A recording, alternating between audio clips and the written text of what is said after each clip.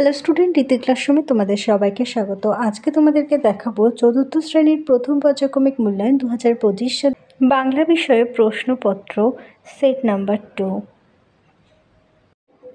প্রথমেই এক দাগে আছে নিচের প্রশ্নগুলোর উত্তর দাও। 1 ক, ইয়াশোয়াকি চানের পায়ে কি অসুবিধে ছিল? উত্তরটি হবে ইয়াশোয়াকি চানের পায়ে পোলিও হয়েছিল। খোদা গেছে লুসাই পাহাড়ে লেখকের সঙ্গী হিসেবে কারা ছিলেন?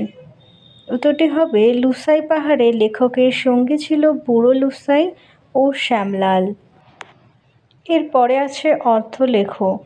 কথা গেছে টাইম টেবিল মানে হচ্ছে সময়সূচি, আর কথা গেছে খোরাক মানে হচ্ছে খাদ্য।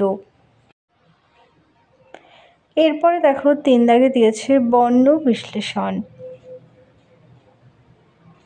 কথা গেছে ক্রমাগত হবে ক যোগ র যোগ ম যোগ আ যোগ ক যোগ অ যোগ ত যোগ অ। খ দাগে রয়েছে গিন্নি, হবে গ যোগ হর্ষই যোগ ন যোগ ন যোগ হর্ষই।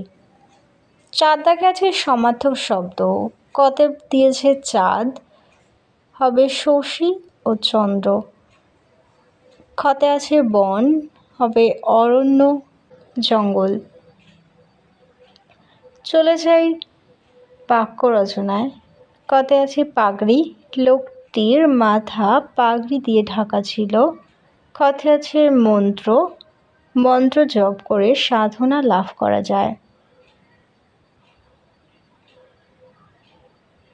7 আছে সত্য মিথ্যা বিচার করো।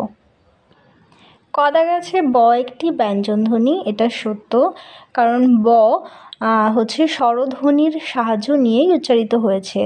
ব এর পরে কিন্তু শেষে একটা অ কথা জুড়ে আছে, তাই এটি স্বরবর্ণের সাহায্যে উচ্চারিত হয়েছে, তাই এটি সত্য।